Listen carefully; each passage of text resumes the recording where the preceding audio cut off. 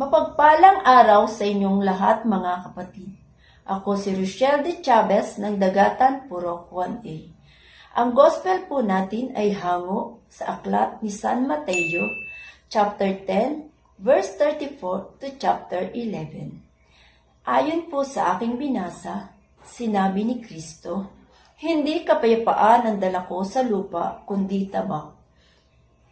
Ano po ang ibig sabihin nito? Sa aking pananaw, iisa lang ang ibig sabihin nito, na sa ating paglilingkod ay may kaakibat na pagsubok na kalimitan ay nagmumula pa sa ating pamilya.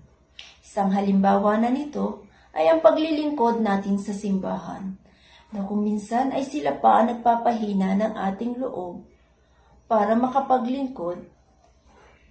Subalit sinabi rin ni Jesus, ang sino mang nagmamahal sa kanyang magulang ng higit sa akin ay hindi karapat-dapat sa akin.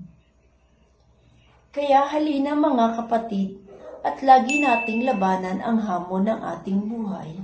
Laging isipin ang pagmamahal ni Kristo sa atin upang tayo'y makapaglingkod ng tapat at buong puso at walang bahid na pag-aalinlangan. Halina at sama-sama tayong manalig at magtiwala sa Diyos.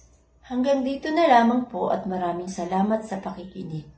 Please do like, shares, and subscribe Facebook PH YouTube channel or visit us www.faithbook.ph. Thank you.